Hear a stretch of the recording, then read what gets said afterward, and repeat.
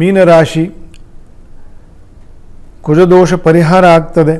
ಸಪ್ತಮ ದೃಷ್ಟಿಯು ಪರಿಹಾರ, ಅದೊಂದು ಒಳ್ಳೆಯದು.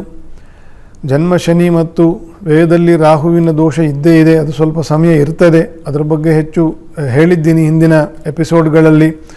ವ್ಯಾವಹಾರಿಕವಾಗಿ ಆರೋಗ್ಯ ವಿಷಯದಲ್ಲೂ ಕೂಡ ಸ್ವಲ್ಪ ಉತ್ತಮ ಆಗ್ತದೆ ಈ ತಿಂಗಳು.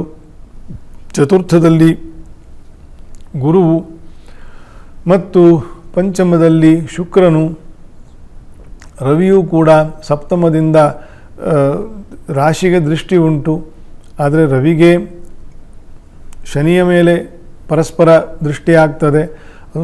ಅದು ಬೇರೆ ವಿಷಯದಲ್ಲಿ, ಪಿತ್ರಾದಿಗಳ ವಿಷಯದಲ್ಲಿ ಇರ್ತಕ್ಕಂಥ ಏನಾದ್ರು ದೋಷಗಳಿದ್ದರೆ ಅದು ನೋಡಿಕೊಳ್ಬೇಕು.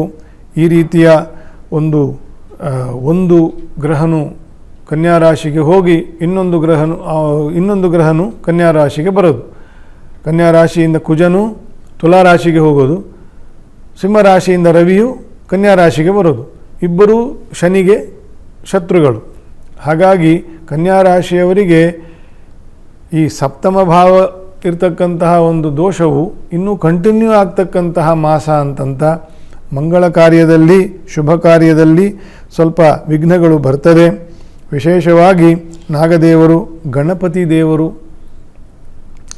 ಇವರ ಹೋಮ, ಆಶ್ಲೇಷ ಬಲಿ ಪೂಜೆ, ಶಾಂತಿ, ಪಿತೃಪಕ್ಷದಲ್ಲಿ ಪಿತ್ರಾದಿಗಳ ಪೂಜೆಯನ್ನು ಕೂಡ ಮಾಡಿಸಿಕೊಂಡು ಮುಂದೆ ಹೋಗ್ತಕ್ಕಂಥದ್ದು ಸರ್ವಾಭೀಷ್ಟ ಫಲಪ್ರದವಾಗಿದೆ.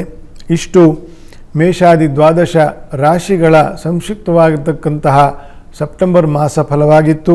ಎಲ್ಲರಿಗೂ ಒಳ್ಳೆಯದಾಗಲಿ. ತತ್ಸರ್ವಂ ಶ್ರೀ ಕೃಷ್ಣಾರ್ಪಣಮಸ್ತು.